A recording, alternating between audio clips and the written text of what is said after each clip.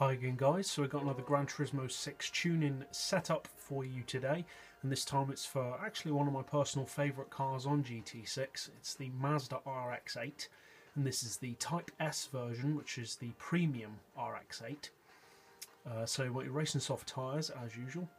For suspension, we've got the ride height on 90 front and rear. We've increased the springs, to 550 and 6. The dampers and anti-roll to 4.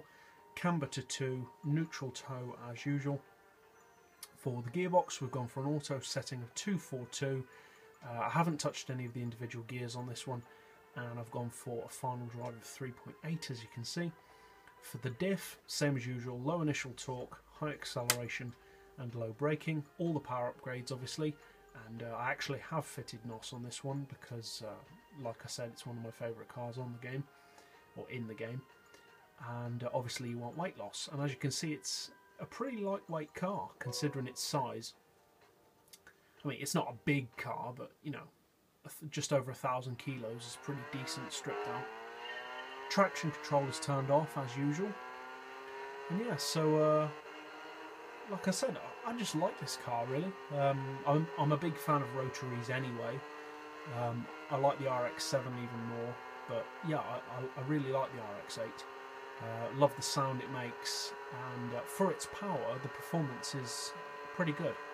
It's often overlooked on the game because it's one of the slower Japanese import cars, you know, compared to the Skyline or the RX-7, or especially something like the Supra. You know, the Supra is just ridiculously OP.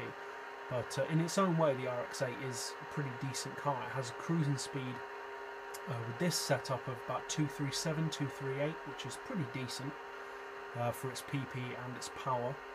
And with this current setup, it will do just over 270-ish with NOS.